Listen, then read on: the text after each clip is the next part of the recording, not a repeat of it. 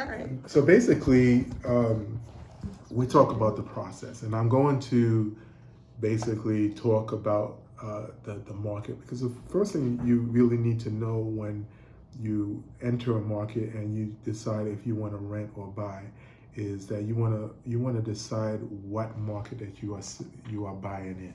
Okay, and right now is what's called a seller's market, right?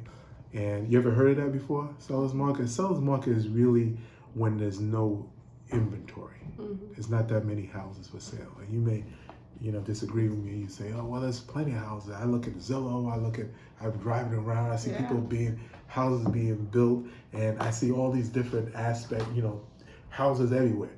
But there's really still no enough houses for the amount of buyers that's out there, right? So if you imagine in Georgia, let's say there's 193,000 houses, and you say, well, that's a lot of houses. I'm not going to buy 193,000.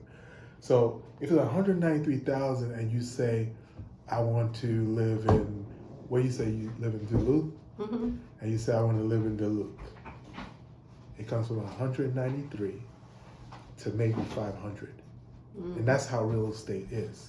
So a lot of times buyers say, well, send me more houses, let's send me more houses. Right. Well, there is no more, because we limited it, right? We had 193, and now you say, I want to live in Duluth, comes down to about 500, and then you didn't even finish, right? You say, well, I want at least a 3-bedroom. Okay, I want to live in a good school district. Every single time you open your mouth, it shrinks. And that's the reality of real estate. And then the people always ask, when they come and see me, and they say, okay, I need this. I say, okay, I want this, I want that. I say, I really don't even want to hear about what you want, right? Because the need is limiting enough. It has to be in Duluth. It has to be a 3-bedroom. It has to be in a good school district. That's limiting enough. If you start saying, well, I want an island in the middle of my kitchen, well, that's cosmetic, right? And if you're looking for that, you may come down to one that fits everything that you want, right? So it's important to understand that when you say you want to purchase a home and you come down to 500 homes, and then you say, okay, it has to be in a good school district, we'll be lucky if we have 5 left, right? And then I'll take you to see those 5, and guess what you're gonna tell me? Don't like any of them. You don't like it? See, smart girl. You'll say you don't like any of them, and then you'll say, send me more, and I'll say, right. Well, there is no more. You told me what you needed out of 193, because I said we looked at 193. That's the way I say it, because I started with 193, and you told me everything you needed. And we came down to 5, and we looked at all 5, and you say you don't like any of them. So what am I going to do? Send me more. There is no more. The only way there is where I can send you more is if a criteria changes. Right. Right? So you say, well, I said Duluth, but maybe I'll go into Stone Mountain or something. And I'll say, okay, then I'll give you some more. Oh, okay, maybe I'll go into West Cobb. I can give you some more. Or you said, and that's one thing I didn't say. You'll say, I don't want to spend, 15. I don't want to do no more than $2,000 a month. And then we came down to 5, and you don't like him, and now maybe the price has to go up. Right. Something has to change in order to get more. Okay, so this is the idea of how real estate works. Another aspect. So this is a seller's market, and that means there's not enough inventory to meet the demand of all the buyers out there. That's what keeps the prices high. So you heard of supply and demand, right? It keeps the prices high. We talk about interest rates, and people say, well, the interest rate is too high. That's a myth. That's nonsense, right? Interest rates were much higher than this. It came down low, and people got spoiled. Now it went back to what used to be, and people saying, well, I want that 3%. And then I meet buyers say, I'm going to wait. Well, okay. Well, how long are you waiting, right? Because we don't have a crystal ball. It can happen 3, 5, 10, 15 years before it gets down low. gets down, it may never come back that low anymore. So there's no reason to wait. And this is why I tell people this is a seller's market, yes. Well, why should I buy if it's a seller's market? Well, it's also a buyer's market because the market continually changes, right? So if you decide that you wanted to buy a house today and the interest rates are higher, if you find a deal and you're able to buy it, you buy it. And then after that, you decide if the interest rates change, you decide to do something about it. Oh, maybe I'll refinance. Oh, it dropped to 4%. Let me refinance. But you still have an asset, on day one at 6% that's now continuing to increase in equity. Okay, so that's the idea. There's never a bad time to buy. There's really never a bad time to sell. You just have to buy with the market if you can, right? It's a bad time to buy if you can't afford it, but it's not a bad time to buy when you can afford it. So, this guy at 45 in the White House, he's there's all this stuff that's going on around now, right? Which is causing an impact on a lot of industries. Also, it's causing an impact in real estate, right? So these tariffs are making it a little bit more expensive to buy new construction because everything is expensive, right? However, it's causing a little bit of a fear out there, right? So now it's time to take advantage of that, right? So every single time there's a problem out there, an economic issue, a downturn, pandemics, drop in mortgage and foreclosures. Do you know there's always someone making money? Yeah. Always. Because these are the people that say, oh, something's happening. Right. How can I take advantage of that? Okay? That's not necessarily a bad thing. Okay? But everybody has to learn how to do it. Right? When the foreclosure market happened in 2008, realtors were quitting, finding other. I expanded, right? Because I saw, okay, who's making money? The banks. They were taking back all these houses, so I started working with the banks. I started doing foreclosures and short sales and stuff like that. While everybody was panicking, I was expanding. I was saying, I had to find, because if you're right, I had to. That's when I got my first assistant, because there was so much work coming in that I couldn't handle it. You know what the foreclosures are? We're going to talk about that. We're going to talk about all that. We're going to talk about all that. So, I'm telling you this because I'm still prepping for what I'm going to talk about, right? So, another thing is that how did you all do during the pandemic? Great. That was my best year. Wow. Well, the pandemic year was my best year in real estate. That was my best year in real estate. Yeah, because you have to take advantage of what's there. So what I say, I started by saying that, right? So what's the advantage here? The advantage is that a lot of people right now that don't know, that are not educated in the economics and in real estate, are saying to me, I'm going to wait. So a lot of people say, I'm not sure. It's the place, the government's too unsteady. You got tariffs, you got this person there. So let me just wait, because I don't know. So because they are waiting, there are sellers out there giving money away. Okay? So give you an example. I just went on a contract, actually today, I went on a binding contract today. And it was a $350,000 house.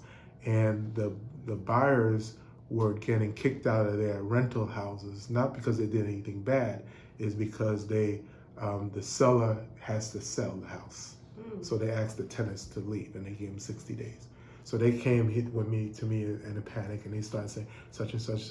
So we started doing this and that, and then they said, I don't have any money because we didn't plan on this, right? They didn't have any money. I think they had $4,000, right? So I said, okay. The lender says to them, well, you need more than that. And I told the lender, stop doing my job, right? Because they're not realtors, right? So what I did is I found a seller a house that they liked, that was willing to give them $14,000 to help them with their closing costs. So with $14,000 in the program that I got them involved with, which is the Georgia Dream program, for their down payments, we will talk about. They'd be lucky if they have to bring $1,000 to closing, if that. They may even get a refund. Okay, so you just never know until you try. You don't know what deals out there, and because people are trying to sell the homes, and a lot of buyers are saying, "I'm scared. I don't want to do it now. Let's wait until it settles down." Right? But what happens when it settles down? Everybody comes back to the market, and now you got competition. So now you're not going to have somebody that says, here's $14,000, go buy a house. They're going to say, oh, I'll give you $3,000, and then you got to come up with the rest. So this is the market that we're in right now. That's why it's a very good time to buy. When my daughter bought, I got her $12,000 from the seller to help her, and then $5,000 from the Georgia Dream program. So she came to the table with about $2,000. So there are so many different ways to purchase, and I think that's what we got now. We have one thing that I keep saying, and no one reminds me. I keep saying I want to get my hat. Yeah, because my hat is. I like to tell stories, and I like to be descriptive, and my hat helps me. So I say this. I got all these different hats that I wear, right? And I want a string of hats I can show you. But the thing is that there's something called the realtor hat, and I don't really need a realtor hat anymore, right? Why? Because you don't really need a realtor to find a house, okay? You needed a realtor for everything else. The education, the contract, negotiation, get you to the closing table, the inspections, the appraisals, and all that other stuff that comes with real estate and understanding the process you're in. But to find a house, it has gone away. That has a little dusty. Got to blow it off now. Because years ago, we used to have this book, and then if you needed to buy a house, you had to come and see me. And we had to flip through each page. Okay, which house you want, 3 bedrooms? Okay, how's this? And then you look at it, and then whatever. And that's it. It looks like 191, and you go. But now what do we have? We have the internet. Right, you see what I see, right? So what do you need me for, right? If you say you want to live in Duluth and you go on your computer, on your iPhone or whatever phone, and then you're looking, I can spend 6 hours, 6 days with you, and I may understand maybe 60% of what you really want. Right, regardless of, but you'll sit down and you're not doing anything. You say, oh, okay, yeah, I like that. You'll know 100% what you're looking for. All right, I can spend 3 hours looking in all these different areas and send you 20 homes. All right, it took me 3 hours to find out. Hard work. And you sit there, you say, nope. All that 3 hours of work, and you're just flipping through it. Yeah. Right? Because why? Because you know what you want. Right. So that's why it's important for realtors to do this with the buyers as a team, right? Because you know exactly what you want. You don't need me. So a lot of times buyers send me the houses, and then I do the research behind it. Where it's located, flood zones, what's required to purchase it. But a lot of times I'll be looking. I'll send them 12. They send me 2. I'll send them 15, they send me 1, all right? Which I don't mind because they know exactly, I understand they know exactly what they want. So there are people out there that will talk to you, right, about housing. These are the people that, when I teach my seminars, I say it this way. I say, how many people know somebody? How many people know somebody? And then people go, I don't even know somebody. What kind of question is that? Stupid question. And then they look at each other, and they say, of course I know somebody. But I say it that way to say that every time I sit down with people, they always tell me one thing. Guess what? They tell me, somebody told me this, and somebody told me that. And I say, yeah, I know that somebody. Those somebodies make my life difficult, and they put you in the wrong direction. Right? Those are the people that make me take out my biggest hat, which is my myth breaker hat. Okay? They tell you something that is just a myth. They'll scare you not to purchase because they'll say you got to have 900 scores if there is such a thing. They'll say you have to pay off all your collections in order to purchase. they'll say, all you need $30,000 in order to purchase. That's the myth that's going out there. So those somebodies, and I can't say anything bad about those somebodies because most of the time those somebodies are who? The people that love you. People that love you, the grandparents, the parents, the co-workers, the people that grew up with you and you trust them. Right. And here I am, you're meeting me for the first time, and I'm telling you what, don't listen to them. Right. It's hard. So the thing is that you have to realize that although they love you, right, and they're trying to do it with their best intention, but they only can speak to you from their own experience. Right. Okay, and that experience, I could tell you, will not be your experience, and their experience may be from 10 years ago, 20 years ago, 30 years ago, 50 years ago. It could be, they grandparents are saying, if it's listed for $200,000, give them $100,000. They'll take it. No, they won't. They won't take it. But they are talking to you from their experience, because in their experience, they will take it. Right. Okay, so that's the part of real estate, and this is the reason why I kind of preface why going into it. And one other area that I want to preface to is what story can I say for this one? Let's say I was coming to your house and you invited me over to your house. I'm on my way to your house and I get lost, right? And I call you and I say, hey, I'm lost. What's the first question you have to ask me? Where are you? Where are you? Not hard, but you have to know where I am. Mm-hmm. So the same thing in real estate. In order for me to give you direction, I need to find out where you're starting from, right? In order for you to give me direction to your house, you have to know where you're starting from, where I'm starting from.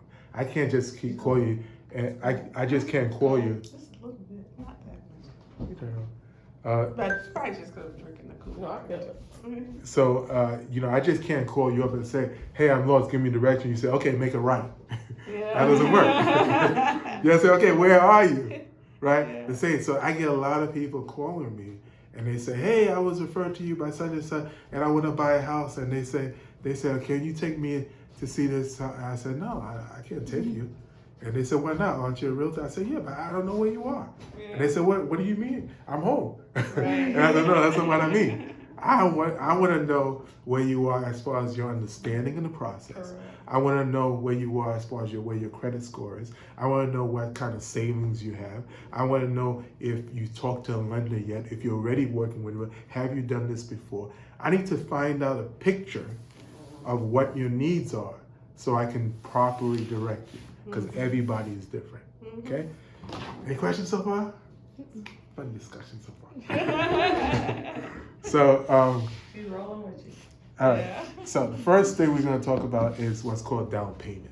Okay, and most of the time we know what down payment is. I always describe as like the whole process is like a sandwich, right? So I'm not an artist, right? But That's the bread and lettuce. Yeah, that's the lettuce or the meat. Yeah. So the down payment is right here, right?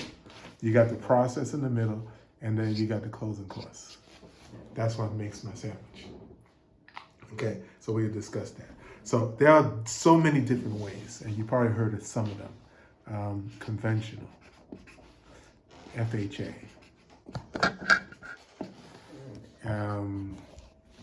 VA, conventional, FHA, VA, HUD.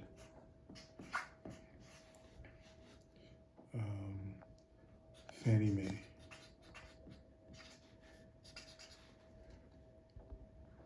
foreclosures, short sales, resales,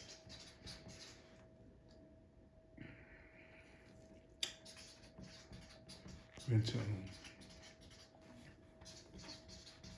lease for purchase. Okay. See if I forgot one, I'll come up. Oh yeah, new construction.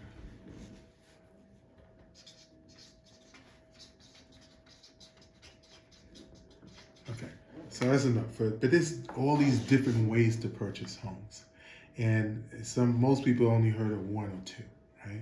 So let's talk about, let's say, $100,000 house, and there's no such thing, but we use that because it's easy. It's easy to calculate. For a conventional way, those somebodies out there, they will tell you you need $20,000 to purchase this house. All right? And they're right. You can purchase it with 20%. Right? But you could also purchase it with 15%. You could purchase it with 10%. And you can even purchase it with 5%. And on rare, you can purchase it with a little bit less. Okay? So you don't only need the $20,000 to purchase a $100,000 house. You have different tiers of that. You can obviously put 20% or even more. 20% is conventional, and the FHA is different in the sense that conventional has a PMI, which stands for private mortgage insurance, that can come off when 20% is already paid. So let's say there's a PMI of $250. That's on top of your mortgage payment every single time you make a mortgage. Like mortgage is just like rent, right? The only thing is that the mortgage also pays for your principal, your interest, your taxes, your insurance. All that is rolled into one. And as you pay every single month, it wheedles down on the principal. So eventually you own the house and you don't have to make any payment. And usually it takes about 30 years to do that. So when you're young, that 30 years is not too far, right? You know, so when somebody purchases it at an older age, they may say, well, I'll never pay it off, which is not necessarily true because there's ways to do that. But when you're young, you could actually pay the regular payment and still pay it off in 30 years. But if you have good financial sense, you pay it off a little bit earlier. Most people try to do that. So that's a conventional, and it has PMI, and PMI goes on top of your mortgage that you pay. But after you pay down this $100,000 to $80,000, right? You can call the bank and say, hey, can you remove the PMI? And they take that off. Because the only reason why PMI was there is because they didn't trust that you're gonna be able to make your payment. Did you say what that stood for? So that's an insurance. Did you say what that stood for? The PMI? Yeah, I did. Private mortgage insurance. Yeah. So $250 is out, right? So if you pay it down to $80,000, you can remove that from your payment. FHA used to do that, but now PMI stays for the life of the loan. So when somebody's tell you should get an FHA loan because you're young, that's not true. You should get anything that fits. We don't know what fits because we don't know your goals. Once we figure out your goals, then we'll tell you what you should get. Right now, I like conventional loans, right? Because I don't like this PMI nonsense. Now, one thing that's good nowadays is that you can assume FHA loans, right? They're assumable loans. So if the interest rates are right, let's say you're buying in a market that 8 or 9%, and you find a house that has an interest rate of 2, you could literally assume that loan. Okay. What's that mean? It means that you basically keep all the terms, all the payments. You assume it, you take it on. The loan that they had. So you don't have to. You're not redoing the loan. Like for example, if I want to buy a house today, I would have to use the terms of today. With me, I would buy a house for $350,000, and I would have 6.5% interest rate. But if I assume a loan, right, for $350,000, and it was purchased 20 years ago with a 2% interest rate, FHA, I keep that 2% interest rate. You mean if the seller had that, right? Yeah. So so that's what FHA assumable loan is. But it all depends what fits you, right? The VA. A VA, you're not military, right? You? No. Okay, so we'll skip that. That's 0%. Okay, that's down payment. Really? So for a bit military. Wow. You say, oh, I should join the Army. Okay. I know. So HUD, you ever heard of HUD? Never heard of HUD. You ever heard of HUD? Now HUD has a bad rap. Okay. Yeah. They always, when I ask people, what do you know about HUD? They always say, it's a house where it's you got to watch the bullets when you're walking by the neighborhood, or they say that people break into it and steal. They all junk houses, right? HUD homes are as is. I mean, there's no negotiation, and it's a foreclosure, right? So HUD has a bad rap because years ago they didn't pay us to sell those houses. They gave us like $35, and we're not going to sell the house for $35. We're going to put a sign in the yard, and if it sells, it sells. If it doesn't sell, it doesn't sell. Now they are paying us. We are taking pictures. We are getting inspectors over there. But the problem is that because they didn't pay realtors to really take care of those houses, the houses sat empty, and people knew that, and they will come from hours away to break into the houses and take the copper from the walls, steal the carpeting, steal the AC, appliances, everything. Right? Everything. So when you walked in there and you didn't know about the process, you said, "I'm not living here. This is a piece of junk. Look, it's trash." And you will walk out, and the uneducated agent that was with you would agree with you, and they will leave. Okay. So my clients, when they go into a HUD home, please let the AC unit be missing. They're looking for it to be missing. Okay. Why is that? Because HUD is the only program that does this, right? Let's say, I'll give you another story. Let's say you walked into a HUD home, and the age is a 20-year-old HUD home, and that's not old for a house, right? Because a house doesn't depreciate; it appreciates. It's not a car, right? So 20 years old is not. In fact, some of the best houses, quality-wise, were built 20 years ago. So you walk into this home, and the AC unit is there, is working, is chilly in there, and you say, okay, well, it's working, and you purchase the house. What else did you purchase with that house? It's kind of like a trick question. You purchase a 20-year-old AC unit that may break down in next month or a year from now. However, if the AC unit is not working, if the AC unit has been stolen, HUD will allow you to replace that AC unit with a brand new AC unit that you don't have to worry about for 20 years. Okay? So if you know the process, my clients, they pay for it? Well, that's a very good question. That was my next statement. They don't really pay for it, but they give you discounts on the home. Okay. So in other words, if they give you 140K house, and let's say they give it to you for $100,000, and the AC unit is missing, right, you will now have $104,000. Still worth it. Yeah. It's still worth $100. I would rather pay $100 because now I don't have to come out with $4,000 or $5,000 cash. Right. I roll that into the loan. Right. 104. I get a brand new AC unit that I don't worry about for 20 years. Right. And it's still at a dramatic discount. So that's the way HUD works. It's called net to HUD. That you have to whoever bids the most is the one that, it's not an auction, but it's a bidding process. So how much do you need down payment for HUD home? I forgot to tell you that. This one, I told you this, right? FHA, you need 3.5%. Right? So this one you can purchase with $5,000. This one you purchase with $3,500. All this is down payment. And VA is 0. HUD, yes. Ooh. $100. $100. Oh boy. $100. And most people have that in their pocket. Right? Yeah. HUD allows you to purchase.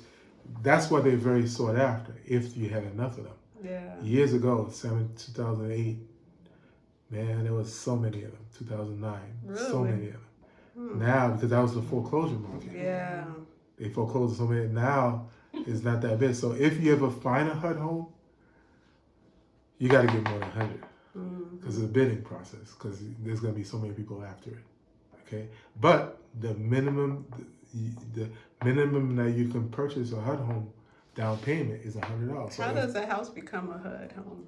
Great question. See, all these good questions. So this is why I was saying before why they consider it in bad areas. They say HUD homes in the bad areas. All that is a myth. Is a myth.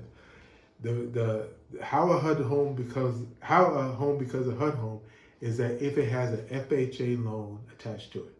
So if you purchased a home with an FHA loan and you defaulted, it becomes a HUD home. Okay, so it could be anywhere. It could be in the best school districts in Georgia. Now the reason why it has that bad reputation that you got to watch the bullets and you got to watch the areas and whatever, because if you understand statistics, right, if that's one of your favorite subjects, you know that where is it more likely for people to default on the homes? It's more likely that they're going to be people with less education, less money, people that are in these areas, those rough areas. So therefore, you find more HUD homes in those areas. What does it mean to default? You stop making your payments, like you start making your rent payments, right? That's you default by not so long. Yeah, you don't pay what you're supposed to pay, the principal and interest every month. So they are. That's where you find more of them in those areas. But can you find them in other areas? Absolutely. Yeah. You can find them in anywhere because the only criteria is that they had an FHA loan on it. And a lot of houses have an FHA loan on it. It's not saying that people with money and educated will not default or stop paying, but it's less likely. Usually, but it happens. I've sold $350,000 homes, HUD homes in good areas in Dallas and Marietta. I've sold it through the years, right? So that's really what you keep in mind. Now, Fannie Mae. Fannie Mae is just another branch of the government, right? It's also foreclosure, and it's also as is. And, did I answer your question? How did it become a HUD home? No, about who pays for that? Oh, yeah, I did. Yeah. Okay. Yeah, Fannie Mae foreclosure, but about 50%, it used to be 60, about 50% of Fannie Mae homes are move-in ready. So while HUD says you take it the way you see it, right? I'll just give you some money so you can fix what you need to fix, whatever. Fannie Mae says, oh, the carpet is dirty. Let's change it. The AC is missing. Let's replace it. Let's paint the house. So you walk in there. So because of that 140 house that HUD gives you for $100, they probably gonna want like $132,000 for it. Because they fixed it up first. Yeah, they give you a little bit of a break, but they want more money for it. Okay, so on a foreclosure is an as is. A lot of as is these days. So the Fannie Mae, is that because of a certain kind of loan they have as well? Just another branch of the government that holds the loan, just like FHA. Oh, okay. FHA is a branch of the government that has housing. Fannie Mae is another branch. Okay. And foreclosures are usually regular foreclosures are usually bank-owned properties. Okay. Okay, so there's different types. So sometimes people. So the bank, they had a loan through the bank. Yeah. And then they lost their house. Yeah, it's when people come and they say, hey, I want to buy a foreclosure, and you say what kind, and if they don't know what I'm talking about, then we have to sit down and talk. Yeah. Right, because they haven't already did the homework. Yeah, there's different types. Right. So and what's a short sale? You ever heard of that? I've heard of it, but I don't know that I really know that much about it. A short sale is a pre-foreclosure. So it's about they're getting ready to go into foreclosure. Right. The owner still owns it. The owner probably still lives in there, right? But they can't meet the payments. Okay. So it's about to. They may be 3 months behind or something. So they want to try to sell the house. And who's selling it at this point? The owner? Well, the owner is selling it, but you're right to ask that question because the owner is selling it, but it has to be approved by the bank. Oh, okay. Okay. So the owner, but we have to watch it, right? Because short sale has nothing to do with time. Because a lot of times people say, my lease is almost up. I want one of those short sales, and so we can do it quickly. Yeah, that's the last thing you want. Because short sales is one of the longest processes in real estate. Okay, so short sales means That's funny. yeah, short sales. So why did they use that name? Because by definition, short sale is the bank is willing to accept short of what is owed. Oh. So the seller may owe $300,000, and we negotiate with the bank to accept $250,000, and not to go after the seller for the remaining $50,000. That's what a short sale is, right? So, but a short sale is a third party approval, right? So even if you find a $500,000 neighborhood that you know, and then you go in there and they sell them for $200,000, Right. and your eyes open, and you call Phil, we need to make this offer, and then we'll look at it and say, no, we're not wasting our time with that. Why? Because we know the bank won't approve it. Okay. The reason why it's for $200,000 is because the seller wants you to go on the contract. Because once you go on the contract, the foreclosure stops. Oh. Okay, and they can stay there. Yeah. All right. And a lot of times, they can stay for a year. I mean, I had a client of mine in New York stayed in a short sale for 3 years. Right, with no mortgage payment. Wow. Right. So the thing is that short sales is not for everybody. Yeah. You can't have a timeline because I can't promise it. Right. You can't say you need to in a month, 2 months, 6 months, a year, 3 years. As soon as you give me a timeline, I can't do it because I can't promise it. Now there are people that will say, "Oh yeah, we should be able to do it," but you can wait 3 years for the bank to say no. Are those sold as is too? Or they can do inspections. And you're going to do inspections anyway, but more likely, fixed up stuff. More likely the seller it doesn't they have don't want the to money. do, yeah. Not that they don't want it. They may not even have the That's money. true, yeah. They don't have money to make their payments. Yeah, They're not going to have money to fix up that house. That's true. So more likely, Which means you're there's going to not. want more off of what you're getting if you had to fix up. Yeah, I mean you're not gonna get it. It's all based on what they owe. Right. So if you see somebody selling a $500,000 house for $200,000, it will not be approved. So the problem with that is that if you say, "Oh yeah, but the price is so good, I want to try for it," we're trying for it. You could wait 3-4 years just so the bank to say no. Yeah. So you wasted all that time. So it has to be realistic, right? Because, like I said, I did 2 years of only short sales back. Why do the banks take so long to get it? It depends on their inventory. It depends on what they have to look at. Oh, okay. Some of them take 3 years. Some of them. Now I said it doesn't have to take that long. Yeah. I've done short sale that took 3 months. Right. Still a long time, but it took 3 months. But it depends on when they gotta get to it. When they get to it. Yeah, when they get to it, and sometimes it could take a long time. So that's a short sale. Now, what's a new construction? Let's do resale now. Well, no, let's do resale. New construction is, what the name implies. It's new construction, built from the bottom up. And new construction is not always what you think it is, okay? Because sometimes you don't get as much as you believe. That's why I said in 2004, 5, and 6, quality homes. But now, not that they're not quality, but now, you used to come down to Georgia and get a house, good square footage on an acre of land. Right? Now you get smaller square footage, 3 houses on 1 acre. Because they have to compete with all this stuff. Like those houses they build across from AAA.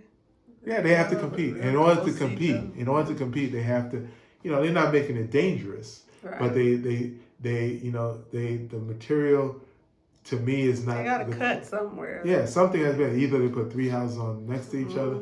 The quality is not the way it used to be built in 2004. Right. I mean, you could still get very high quality, but you're gonna pay for it. Yeah, you can get high quality, but you may have to pay $1 million to get those quality houses that they built in 2004. So that's new construction, because some people, they like that. It is what it is. I mean, if you like that type of stuff, you like that type of stuff. Some people want to smell, brand new paint, everything new. Everything. Yeah, so there's a market for that. It's not necessarily the best thing. Now, resale, I think resales has always been the best for me, because resale, I get to talk to people, right? And that's where the money is, right? Here, as is, I'm not gonna be talking to anybody. It's computers, it's banks or whatever. I'm not talking to anybody. But resales, you get to talk to the owner. You get to through the agent. You say, oh, my client, is just got married, new baby. They need help with we need about $10,000 of this. We need a home warranty, or single females moving in, and they say and they don't like working with their hands or something. They'll say, can I get a $700 warranty? So if something goes wrong, they just call a vendor. The vendor will come and fix it. So there's all these different scenarios and why we can talk to people and get deals. So I like resale. Resales are just regular people that for some reason or another are selling their house. They got a new baby, they lost a job, they got divorced, or they got married. They want to scale down because they got, they're 80 years old now. They want to scale down. For whatever reason, they want to sell their house. And you get a chance to talk, or we get a chance to talk to them. So I like resales because for me, I get the best deals from it. But, obviously short sales, new constructions, they still have a place. Rent to own, have you heard of that? Never heard of that, okay, good. And close your ears when they tell you about that. These are not really that great. They're not ethical to me, okay? I can't say they're illegal because I'm licensed and I'm not allowed to say it, but they are unethical, the ones that I've dealt with. If you find one that's ethical, please let me know because I have some work for them. What makes it unethical? Okay, good question. Let me give you an example. Okay, I had a client of mine, a very well-to-do young lady. Right, she made about $250,000 a year. Okay, always busy, no time for anybody. Right, and probably that income, was kind of caused it. Always flying somewhere. Right, can you come to my office? Oh, I got 5 minutes. I'm trying to help you. Right. I got 5 minutes. So we ran her credit report, and she said, and then she had 400 scores. Now, there's nothing bad about that because we've helped people with low scores purchase homes. We help them build back, and then because life happens, right? So you can't blame people when life happens. But in her case, it wasn't because of life. It was just because she just didn't manage her money well. She made enough money not to have a 400 score, but she never paid her bills. And then when I asked her, "Why are you so late? You make enough money. Why are you so late?" I don't have time for that. That's her question, her answer. I don't have time for that. I'll pay it when I have to pay it, right? But she's always cash. She had money. She had credit card. Whatever, was flying, these jets somewhere, whatever. So one day she came and she probably our third meeting, and she said, "Okay, we're trying to strategize. We had to have 3 because she only gave me like 15 minutes." So she so she came and she said she wants to do. She heard about a rent to own, and I told her not to do it. First of all, they don't allow you to use realtors. That's one me, and the reason is because the realtors read. We read these contracts. A lot of these buyers don't read; they just sign. Okay, so in her case, she didn't listen, and she put down $7,000 down. She wanted this because she didn't have time, as always. She didn't have time to correct her credit. She wanted to move into a house, and the way this is that rent to own is that you find a house that you like, you move in with the intention of buying it, and you rent it. You put down payment, and you pay a little bit over rent, right? Over rent for 3, 5 years, 7 years, until you close on that 5th year, right? Or the 6th year, whatever the contract says. So in her case, she put down 7. She had a 5-year, right, contract, and she did it for about 3 years. And then she showed up at my door and started crying as soon as I opened the door. So what did I have to do? I had to look for my counselor hat. Put my counselor hat on. So I pulled her in and I said, "What happened?" And she said, "Well, I didn't listen. I went to the rent to own." And I said, "What happened?" She said, she lost her job. Okay, being a person that she was, educated, a lot of experience, She got her job. She got another job. Believe it or not, giving her more money in 3 weeks. Mm. Because she didn't manage her money right and was literally living almost like check to check all the time, she was late. And not late a long time, just late for 2 weeks. 2 weeks late. But the contract says if there's anything, any default in any way, they can terminate. And that's what they did. She was 2 weeks late, they terminated, they kept her $7,000 and all the money that she was paying for 3 years. Mercy. Okay? Now, is it legal? Absolutely. Why? Because everything is in writing. Yeah. But is it ethical? No. That's what I mean by it's not ethical. Okay? So there may be somebody out there that does it ethically, but I haven't found them yet. Okay? The ones I've been doing for the last more than a decade I haven't been finding yet. Lease with purchase is similar. They do allow you to use realtors. But what I found is that the people that do lease with purchase are owners that can't sell their house because it's either too expensive or it doesn't meet appraised value. It's not worth it. So they hoping if they sign a contract with you for 5 years, in the year 5, it'll be worth the price that they are selling it to you to. So I don't like these either. Okay? So that's that. Any questions on that? Don't let these numbers scare you.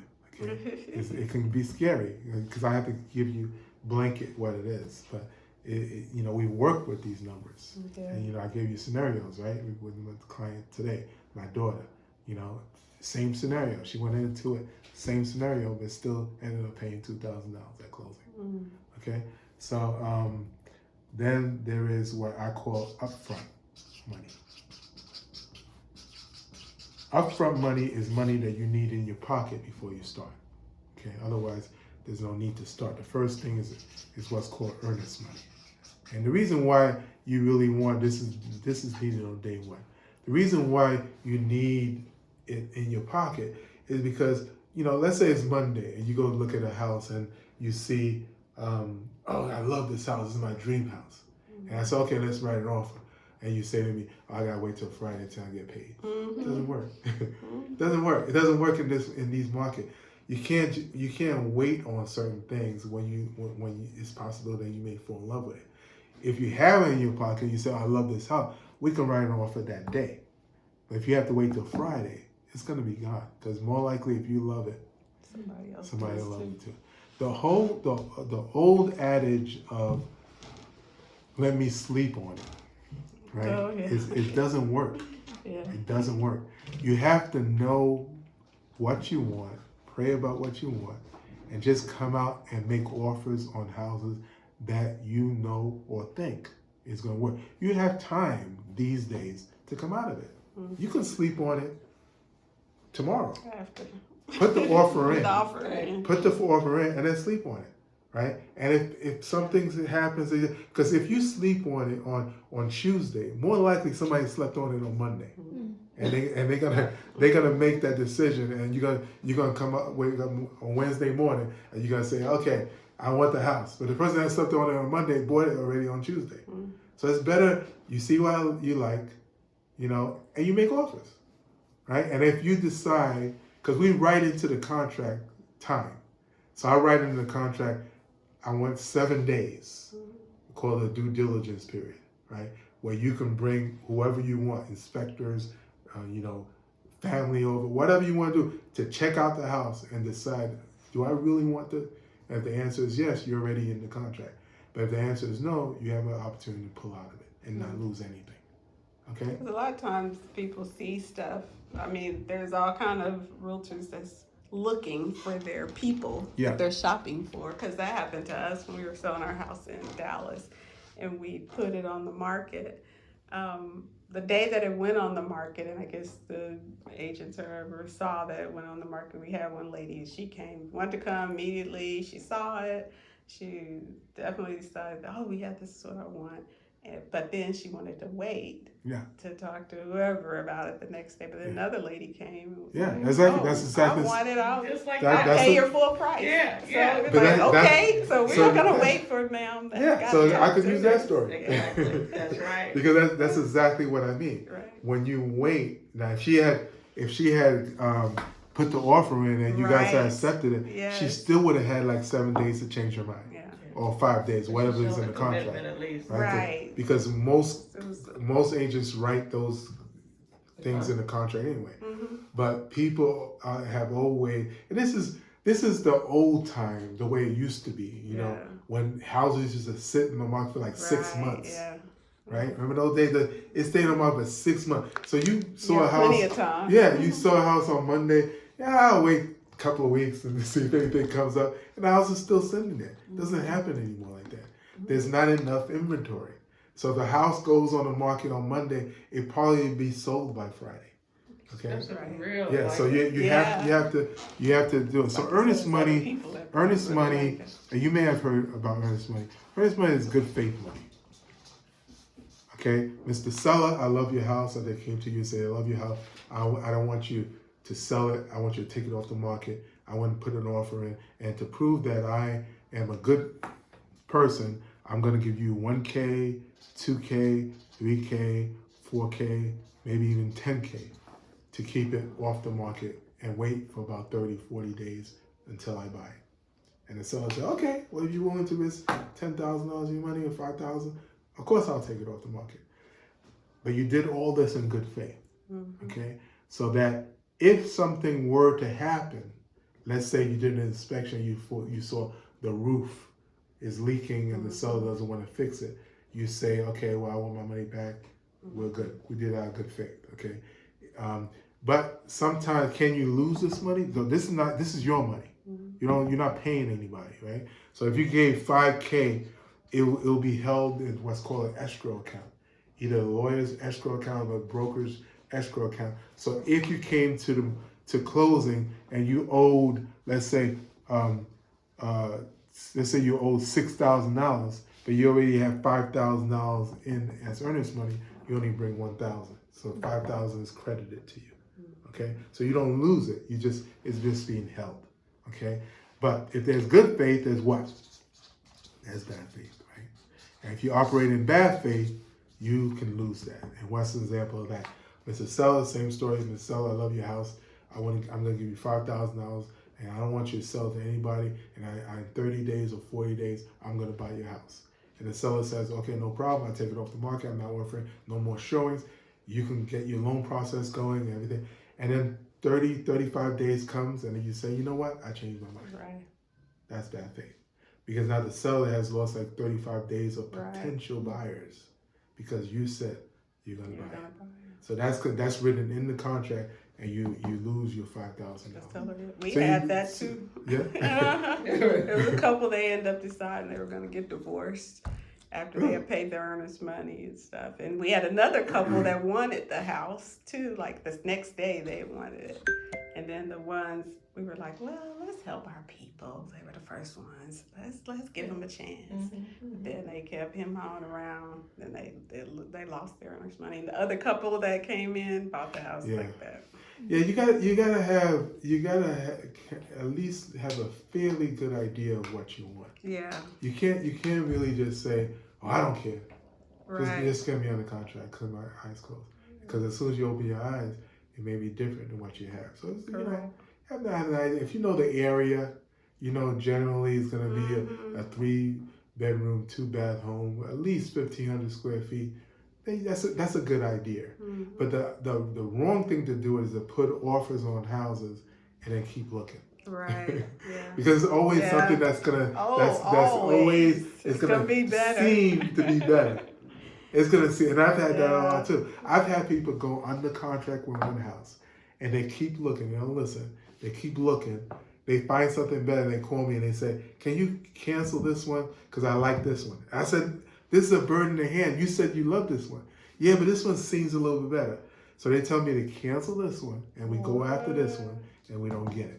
So they lost both. Wow. That happens all the time too. They cry. You gotta know. You gotta trust. Do they ask you to keep looking too? Yeah, they ask me. And I don't mind keeping. I don't mind keeping looking, but I just tell them, if you told me initially that you love this, why are we keep looking? And they'll say, well, this one looks a little bit better. I said, what do you mean it looks a little bit better? Well, the kitchen, something about the. And I said, you really want to take that chance? Yeah. You really want, and then they say, yeah, we really want this one. I said, yeah, but we don't have this one. Okay, so I'll say, okay, if that's what you want. All right, the buyers are the boss. Cancel, never get, and don't get this one. And then you lose both. And then you start the process all over again. Mercy. So that's good faith, right? So let's say the average is about $3,000. How do they determine how much earnest money? It's really just the buyer? No, not the buyer. It's really the just seller. I meant the seller, but it's really what is the norm, right? There used to be a time where anything under 40,000 was. I know there's no house like that anymore.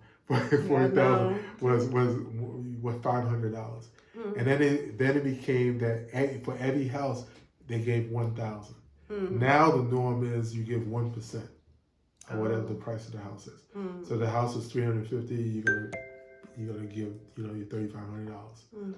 So that's kind of like what it is. So the norm is kind of like in the $3,000, $3,500 range right now, right? So number 2 is inspection. Okay, inspections are tricky because it's changed the way we do inspections now. It used to be, I don't know when you bought your house up, but it used to be that when you sold your house or purchased a house, you did a home inspection, which is not required in Georgia, but we force people to do it. We twist their hands. Encourage. You call and encourage, but it's really, really, because I don't like when people say that just to save $450, right? Yeah, They'll say, because I've seen so many things go bad, right? Oh, it's not required? Oh, I can save $450. It's not required, and we have to tell you that. We have to disclose that. But it's highly, highly encouraged in that. I've twisted people's arms and say, you gotta do it until they got tired of hearing from me. And then they did it, because you can't see through walls. You need to get done. But inspections back in the day, you did an inspection and the inspector found, let's say 1 to 10 items, problems. And you gave it to the seller to fix all those 10. That's not why inspections are done now. How are they done? The inspections are done so that you know what you have to deal with when you buy the house. Why is that? Because it's a seller's market. If you say, oh, I want this fixed, they're going to say, and I can tell you, all right, who's next that doesn't want that fixed? Okay. Now, I can tell you more than likely, because 1 to 7 of those are cosmetic. It's always that, right? Now, of course, if the AC unit is not working, we're gonna negotiate until the seller is gonna fix it, right? Because it's too big. If the roof is leaking and you still want the house, we're gonna negotiate until they fix it, right? If the hot water heater is not working or something like that, we're gonna keep talking in their ears until they fix it, right? But and that's why that inspection is so important. Yeah, but if, let's say the door doesn't latch. Yeah. We're not going to worry about that. Right? Because people, you get by and say, oh, the door doesn't close properly. Like, yeah, they should fix that. Come on. That's my You're going to lose your... He do that 1,000 things on the list. But let me tell you, you're going to lose your dream home because the door doesn't latch. That's why I always tell people. Okay, so, you say, they'll come right in, they'll go like that. Yeah, right. What's that? Are they gonna paint? A little scratch. Are they gonna paint? Right. Come on, you're gonna lose your dream home because it needs a little paint. Then, you see other things. You see wood, a little bit of wooden rock. Yeah. That you go Home Depot. Or the best one you see is the concrete is cracked. Oh yeah. And concrete cracks, right? Yeah. It's 2 ways, right? There's 2 types, right? 2 types of concrete. One that's cracked and one that's gonna crack. Right? Cause I never heard that. It always cracks. $15 million homes, you go in the driveway, you'll see concrete crack. Now the thing is the question is that how long has it been cracked, right? You can tell. If it's cracked and you see the crack and it's like this, then you just go to Home Depot, get a bottle of concrete cork, and you just pour it right in the crack. It's solid, right? Anybody can fix it, right?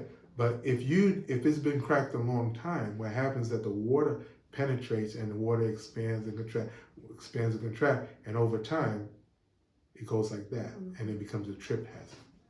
And that's the ones that usually the ones that people don't like. But regular concrete crack. So that's the thing that's changed about inspection, right? Is now I'll come to you and say, can you deal with this? Or your husband, I'll say, can you deal with those 10? And if he says, I'll deal with those 10 because I still love the house, I'll still go back to the seller and say, hey, can you sell number 2, 4, 5, and 8? Right. We really don't want to deal with those. Right. Yeah, we can fix it, but we want to deal with it. Can you fix it? So I'll still go back and try to go. But I want to know if he says no, that you're still okay with it, right? Because sometimes I'll see things that's cosmetic, but it's a hassle, right? Because let's say the gutters, right, is working, but it's pulling away from the house. Right, somebody needs to go up there. I don't want your husband climbing up there to do it, right? He's not a gutter person, right? He probably could do it, but I'll say, can you get a roofer to go up there, a gutter person to go up there? Because my buyers don't want to mess with that when they move into the house. So those type of things we go into. So it depends if you tell me I love the house or I don't love the house or whatever. All those things make a difference. And the last one, number 3, is the appraisal. Now, what's the appraisal? Appraisal is the evaluation of the house from the bank. The bank says, you want $350,000 from me? I'm going to send my guy over. He's going to evaluate the house and see if it's worth $350,000 before I give it to you. Now, this has changed too, right? Really? Appraisals used to be, years ago, they used to be independent people, right? So they used to come out and they used to say, they saw a house that's listed for $300,000 and they appraised the house for $250,000, right? And the bank would look at your checkbook and they would look at your credit score, look at your income and say, yeah, you could afford $300,000, and they would give you $300,000, even if it's worth $250,000. And that was the problem. Everything was overpriced and everybody was overpaying for houses. And that's one of the reasons why the market crashed, right? So now, if they see a house that's worth that's listed for $300,000 and the appraiser comes out and say it's only worth $250,000, the bank will only give you $250,000. They will not give you the list price. So the seller has to drop the price to meet the appraised value in order to sell it. Wow. So that's why I tell people you can't overpay for houses. Yeah. Now these appraisers, they're not independent. They are hired by these banks. The banks. Right? They don't work for the banks. Right. But they hired by the banks to make sure that their interest is watched. Yeah. So if the house is being listed at $300,000, they're not gonna say it's. I don't know how many times I had to drop prices. Yeah. Because it didn't meet the appraisal. And if it doesn't meet the appraisal, they have to drop that price in order to sell. That's a good thing. It's a good thing. It's a good thing for the buyers. Yeah, for the buyers. The sellers don't like it that you don't end up with paying way more than. Yeah, the sellers don't like it because they have to drop prices. But especially if they've probably put all kind of money into upgrades and other things and lots. Yeah, but if they put the good amount of upgrade, it usually will increase the value. Yeah. Right? So it's just that sometimes sellers feel that they get a 1-to-1 ratio. I put $20,000 in my patio, I should get $20,000 right. And that doesn't work that way. Yeah. Appraisal don't work hopefully you enjoyed it because that's what you want. Yeah, that's right. Yeah. They'll say I spent $40,000 redoing my basement. I want $40,000 on top of the price. That doesn't work that way. Some things increase value, some things don't. Right? They'll do something to their house. I say, oh yeah, it looks nice, but that's not going to increase your value. That looks nice. So appraised value, that costs somewhere about $450 to $550. Right? This is upfront. So you should have something around this amount of money, $3,000, $450. 5,000, anywhere between $4,000 and $5,000 in the bank because it is up front. Now realize that even if the money that you have here is going to be used for this, but you still need it up front, even if it's going to be used for that. All right, so that's that. So this is the last piece is the closing costs. Remember my sandwich? The closing cost is everything else, right?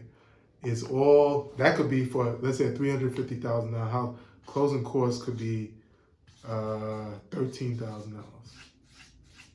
Okay, don't get stuck with this, because that's just to make you understand. We haven't negotiated with anybody. We may get the seller to pay half of that or all of it. On the last one, it was all of it. It depends on the deal. The closing costs of everything else is the bank fees, it's the lawyer's fees, is the prorated HOA fees if it has a HOA, is the taxes, prorated taxes, is if your insurance company says they want you to collect 3 months of insurance and ahead of time, it's everything else that makes the deal go. That's what closing costs is. So there's a down payment, which usually you got to put a skin in the game. This usually comes from the buyer, and then the closing cost comes from the buyer or somebody else, right?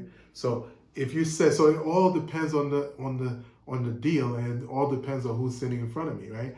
So if somebody comes to me and say, I saved up $20,000 and I don't mind spending it, I want the house that I want, then I look at this and I say, okay, what deal can I get with $20,000? But I also get people that say, I only have $5,000. I don't have anything else.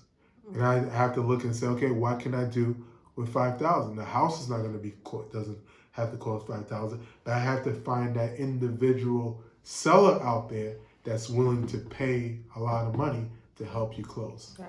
So that's the way it works, right? So I never say wait until you get $30,000 in the bank. I say wait when are you ready, and do you have this? If you're ready and you have this, I say, oh, we could take a look. If we can't find anybody that will pay these type of things, then we have to wait, and then you continue to save. But sometimes we can find people depending on the area, right? And we can find people that's what. Now there's also programs, right, that help you with this, right? So depending where you want to live, right? You ever heard of USDA? That's a rural loan. USDA will pay your down payment for you. They say if you live in a rural area, which, what's my comment? That's the whole state to me. I'm from New York, but I always say that's the whole state to me. Everything looks rural to me, right? But I said, but they have specific area that they consider rural, right? So I always gotta look at the map because I don't know what that really means, because I'm here. It looks rural to me, right? As compared to where I'm from. Especially compared to New York. I'm sure. Yeah, from where I'm from, I look out here and I say, okay, it looks rural. Trees. I see trees, grass. You go a little bit, you see horses, you see cattle. That's rural. You don't see cattle walking in New York. So the thing is that the point is that if it's a rural area, according to what USDA said, they will pay for your down payment. So then all you really need is this, and we may be able to negotiate this. So really all you need is this. You see what I mean? So there is something called a Georgia Dream. This is what I got my daughter. Georgia Dream. The Georgia Dream program also pays $10,000 for down payment. Okay? And then you can get, your $13,000. They pay different tiers, I should say it correctly. 5, 7, and 10, depending what kind of job you have. They love nurses, right? They love doctors. They love police officers, EMTs. Those people, they call it Homes for Heroes. That program, it's like a Georgia Dream program. Anybody, school bus drivers, school bus drivers, teachers, they love those, and they give them money to person. But there's programs out there. What is that under, Georgia Dream? It's an What is FHA that? program. Oh, what's the FHA? Yeah, it's an FHA program. If that's your question. It's call or draw a dream. You probably could just Google it. Mm-hmm. And it's a program where it helps you, the person, to purchase home. Okay. Now, of course, it requires not significant, I should say, but you have to have good scores. Right. Right. You can't have just a 640. Usually, you have to have a little bit higher, 680, 700. But it changes, so the banks know more about that. Mm-hmm. So now, credit cards. Do you guys have credit cards? Mm-hmm. Your credit card? You know how to use your credit card? I guess. Okay. Well, nobody's coming after you, right? No. Okay. So your credit cards can help you or hurt you with your credit score. Okay. Mm-hmm. Let's say you had $1,000 line, right? And let's say this person had a $500 line. Which one you think the banks trust more? Who do you think they trust more? More money. More money, right? Because this one they lending them $1,000 of their money to use. But let's say this person is still a good steward of the money, so they pay their bill on time all the time, right? But they have $900 balance, and this one has a $250 balance, but they also pay on time. Does it switch or does it stay the same? What do you think? Does what switch? You're not sitting here saying no. So basically it switches. So this one now is considered a risk because they using 90% of what is given to them. And this one is only using 50% of what is given to them. So now this person's credit score basically is like this. It may even drop a little bit. While this person's score is still no good, it may raise a little bit, right? But none of them are good, right? But this is the way it works. If you have a high balances, it decreases or keeps your credit scores the same. Okay, so I once had a person that had 7 credit cards, which is fine, right? Had good money, but couldn't raise his credit report, so scores. So when we ran the report and we looked at the report, I looked at it and I said, "But you got all your cards are maxed out," and they said, "Yeah, but I pay on time all the time." Right. That's the idea. I said, "Yeah, but even if you pay on time, you're not paying it off. Mm-mm. You're just paying on time, whatever you're paying. So your credit score is becoming, staying the same." I always say keep it down to 20%. Now the banks will tell you 30. You hear that a lot. We usually always pay ours off every month. Yeah, but it has to be at least 20% minimum. The reason why I say 20 is because I know people cheat. So it's supposed to be 30. That's what the banks tell you. I say 20 because if you cheat, then it won't pass 30, right? So it doesn't mean, I'm not saying that it's 20% to 900, 20%, 900, 20%. I'm saying 0, 20%, 0, 20%. This is what raises your credit score, not this. The fact that you keep bringing it back to 20 is not going to do anything, right? It's not the 0 to 20, 0 to 20. So you just know if you have $1,000 line, it's 20% of that, right? Mm-hmm. It's $200 that you can't go past. Mm-hmm. 300 according to the bank, $300 you can't go past. That will raise your credit score. Keeping the high balances, even if you're paying on time, it's not good. Even if you're paying off, if you go 900, pay it off 500, right, that's not the way unless you're paying it exactly right. But you really want to keep it at 20%. Sometimes the bank wants you to use your card, right? They don't want you to just leave it on the side. They want you to use it, buy gas and pay it down all the time. If they tell you to pay it down to let's say they look at your report and you need to raise your score, and they tell you to pay it down to $10, that's what they mean, $10. They're not telling you to pay it off. Because they have a simulator and they say, paying it off, approve or not approve. 30% approve, not approve. 100%. And then if they say $10 approve, they're going to tell you do it at $10. So you got to listen exactly what they're telling you. Okay? So that's now the way they determine how much you get qualified for is something called debt to income. So debt to income ratio. And the way that's calculated is simply the way it is right here. They take your debt. Let's say your debt is $600 a month. It's your monthly debt, not your annual. And then let's say you make $3,000 a year. I mean, $3,000 a month, right? They take your, you got your calculator? I don't think I have. It's on my desk. Oh, your phone. You know your phone? Oh, how much is it? 3,700. So 600. They take your debt and they take your income, and then they want your debt to income ratio to be somewhere around 45% or lower, right? And then they'll say so if I take 600, divide that by 3,000, this debt to income ratio is 20%, right? So times 100. So that's 20%. So you say, okay, that's great because it's less than 40. But there's one thing that's missing because it doesn't stop there. And this is the most important question that you should get, right? Mm-hmm. If you have a realtor or if you have a lender, that first question they ask you is, what do you qualify for? Mm-hmm. They're not looking out for you. Turn the other way. Okay? Mm-hmm. The most important question is one question and one question alone.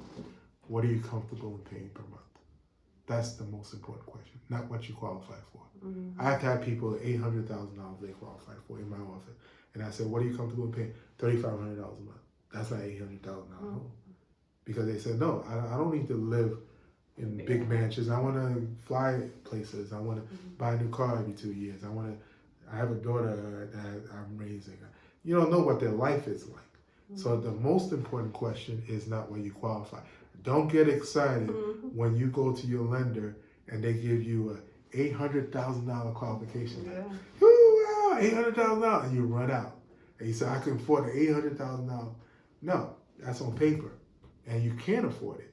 But that means you're gonna be living for the house. Mm-hmm. That's what that means. So what you have to come up with is your comfort level. That's the most important question. So you say to yourself, remember I asked you earlier, principal, interest, taxes, whatever. What am I comfortable in paying per month? And the way I like to tell people to determine that is, especially if they're already renting, right? If you're already renting, what happens in the beginning of the month, right? Do you say, oh, rent is due? Here, you write a check? Or you say, rent is due? Okay, I knew I had $1 here somewhere. So if you're looking around for money, see, okay, look at my bank account, see, where can I take the money from? The taxes, my electric is not due till 15th. So if I take that, if you're doing that type of manipulation, you're probably a little bit above your means. But if you say rent is due and you write your check, it doesn't affect you, then you're probably right where you want to be, and you probably can go a little higher for the house that you like or love. So that's the way you kind of like determine it. Don't do it blindly. Don't say, I think I could afford $3,000 a month, but there's no thought patterns behind it. But if you pay $2,000 a month now, and you say, well, if I really got a place of my own, and I love where I live, I love the neighborhood, I love the yard. If I had pets, it was already screened in or fenced in. I probably could add another $500 to that and still be comfortable. Mm-hmm. And that's a thought pattern that you're supposed to be using. So when you add, so let's say you said, I don't know, what are you paying rent now? It's like $1,500. $1,500. So let's say you said, okay, I want to do no more than $1,600, right? And then you say, so now they'll say, they'll take the $600 and they'll add the $1,600 to that, and now they're divided by $3,000, which is your income, and now your debt to income ratio is 73% denied. That's how they approve you. And then they'll say it's denied. The good lenders will say, let's try $1,500, let's try $1,400, let's try $1,300. They'll keep going down until it drops down below 45%. And then they'll tell you, okay, you can go out and look at it, you're approved, but you're only approved for a $1,400 payment. Right. And that may not be nothing to you, but it means a lot to me, right? I'm going to go on my calculator, I'm going to work backwards. I said $1,400 a month, and I work backward. I say, you should be looking for a house worth $200,000, and that's what we're gonna be looking at. And you'll say, well, I don't like any of these $200,000. Well, you gotta go 160. You gotta increase or whatever, or you gotta do better so that your ratio. And some people do that. They say they'll pay off something. They have enough money in the bank, and they may pay down a credit card if 7 of them, or they'll say, my car is almost paid off anyway. I'll just pay off my car, to get rid of that, $500, $600. The car payments these days are ridiculous. Yeah. I remember when they used to be $100 and something, $125 a month, and now it's like $600 a month. People come to me and say, "What's your car payment?" $600. That's almost like a rent. So that's how they determine your debt to your qualification amount. So when you speak to a lender, you have to speak to them by asking them, yes, I want my qualification, because we have to know that anyway, right, as far as your max. However, what you want to tell them is, but I'm only comfortable in paying this amount of money. Run the numbers to see what my maximum qualification is, but I just want to let you know that I'm only comfortable paying $1,600 a month, right? And if I qualify, what does that convert to in regards to the type of house I should be looking for? Yeah. The reason why you want to know the max also is because if for some reason it's $1,600 and you're looking at them and you can't find anything that matches that payment that you like, you may say, well, I really didn't want to pay $1,600, but I really could afford $2,000, so I'll go up to $1,700, and then we'll look at that. We need to know the max, right? So we know, where we could push it to. But if you say the max, on paper it's $2,000, but my max is $1,800, we're gonna try to get you $1,800 or below, because that's gonna make you happy. If we could find something that you love with $1,500 or $1,400, you'll be ecstatic, right? Because if you pay $1,500, and now we find a house for $1,400, you'll be ecstatic. But at least we know we have a play area if you look at that $1,400 and you don't like it, and you can't find anything like that. And then you have to be, a little bit flexible in, the cosmetic, because in most houses you can make your home, right? That'd be perfect, right? While you're looking, you would just want to make sure that you're flexible also to areas if you're not tied to the area, right? So are you tied to Duluth, or are you tied to where are you looking to? We live in Duluth. She don't. Okay, where are you looking to live though? Me? Yeah, are you looking for? I'm not. I was looking for you. I thought I was talking to both of you. No, well, we live in Duluth, but we've been there since 2009, I think. We moved in our house, and that's probably like our, I think, 8th home we've purchased since we've been married. So, but this is more like her just kind of starting out her career and everything, and kind of thinking of, so you want to rent forever, or you want to actually possibly buy. Where and do you if work? you do, Wellstar Pediatric Center out in Kennesaw. Right. Okay. What's your ideal place to live? Close to work. Yeah. Well, some people don't like to be close to their work. But that was her first thing when she was looking for an apartment. So you can see yourself staying with Wellstar? Is that kind of I've like started PRN at Choa. Oh, okay. So where I live is like closer to there. It's like 15 minutes from Choa. To get to Wellstar, it's probably like 35 minutes in the mornings. I live in kind of like North Druid Hills. Okay, so your maximum drive time is 35 minutes? I mean, not max, but like... What's your max? Well... what can't you do? If you say I can, because some people say, I ain't driving no more than 40 right. minutes. Yeah, well, you're doing a reverse commute. Yeah, but coming home, it's still in like... Atlanta. Yeah, I'm kind of coming out. So yeah, like in the morning it's not bad, but going back home it's kind of bad. Yeah. So what's your maximum drive time? Like without traffic or with traffic? You say, let's say both. If you with no traffic, what your drive time would be? No traffic? I feel 20 like minutes. I wouldn't say that's the max. Probably like 30, 35. Okay, so I'm just trying to see what your tolerance is. So like with traffic, like an hour. So you would drive an hour in with traffic and be okay with that? Yeah. Okay. That's Just how pretty many miles from your house to Wellstar is it? Do you ever notice how many miles that is? I'm not sure. No, really. good. Yeah, miles don't make a difference Just anyway. curious. So, but an hour, that's pretty good. Most people don't say. I don't hear most people say have that much patience. Well, most people we're don't. about I think 20 that's the minutes. We're about 20 minutes from Duluth to Piedmont. But almost every single day I get on the road, it says 55 minutes or 54 minutes. What county That's is Duluth in? easily an hour Oh, it's commute. Gwinnett. Yeah, you probably used to it, but most people Yeah. don't like those type of commutes. No. So an hour is a long time It to be in the car, going in one Is direction. that all mainly highway even? Mm-hmm. Oh. Like I could do an hour and keep moving, and I know I'm just going distance. Yeah. But when it just drives me crazy when I When know you're in traffic. I'm just a block away. Right. And it's taking me And like it's taking 40 you an hour minutes. to go a block. So that's what drives me. But if I have to drive Right. an hour, Right. and Yes. I'm in That's traffic, not as bad. it's not as stressful. Right. If when I sit in traffic, Yes. And it's taking you I said, forever. come on, it's Probably just you right there. I can see the I turn. know. I know. So That's how my commute is a lot of times. So that's kind of like the way it works. Okay, that's kind of like in a nutshell what you should be keeping in your mind. Down payment, what you need up front, and what your closing cost. Don't wait for the market to change because you don't have a crystal ball, right? When you're ready, right? So I have a question. Yeah. Just say if she was thinking, maybe by the time I have to renew my lease again, maybe I would want to look into purchasing something.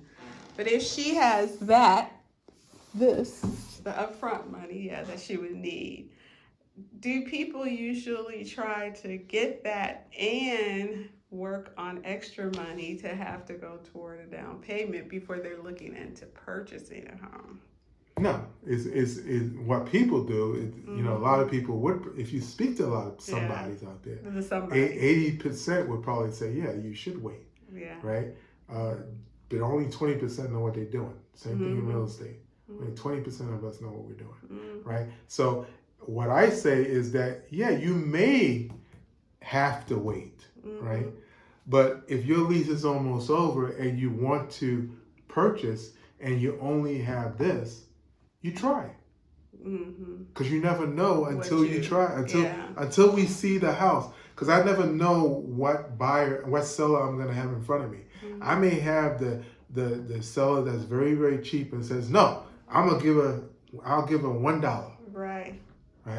But you have this, and you go out there, and then we find somebody that says, oh, okay, well, is that what it's going to take? Okay, I'll pay her all of her closing costs. Right. And then it's perfect. Right. There's always, the programs are always there. The USDA, Georgia Dream. So if you say they just change. So if you say, well, I have this, my lease is almost up, but before I sign, I'm just going to try. Right. You can do that, and if it doesn't work, you sign the lease. When is your lease over? Is it coming, or is it? No, I just renewed it. Just renewed it. A couple months ago. Right. So now, good segue. When I do a seminar, I'll have all these different types of people out there, right? And I'll say, how many people want to buy next month? I'll get people raise their hand. How many people want to buy in 6 months? How many people want to buy in a year? How many people want to buy in 3 years? Raise your hand. And I'll go around the room and go, when should you start? And then 3 years. Well, 3 years from now, I got some money. Okay, maybe I'll start in about 2 years. Okay, when should you start? And then everybody's wrong. And they say, well, what do you mean everybody's wrong? The answer is you should start now. Everybody. Doesn't matter who you are. It doesn't matter when you want to buy. Because you have to know the picture first. Right? The last thing you want to do is say, I want to start when my lease is almost up.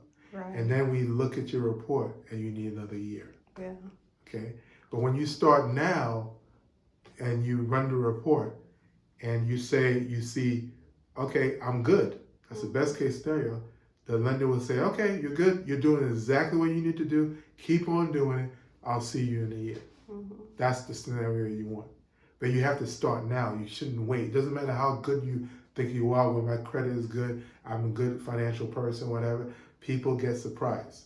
something is there that they don't expect, unless you a person that looks at your report every single time. When we run your report, we run it for free. Okay, so you just come in, we get you with the letter, you fill out the application, they run it, they tell you where you are. That's where they tell you you're good. You're here, you're good. You're here, you need to get there.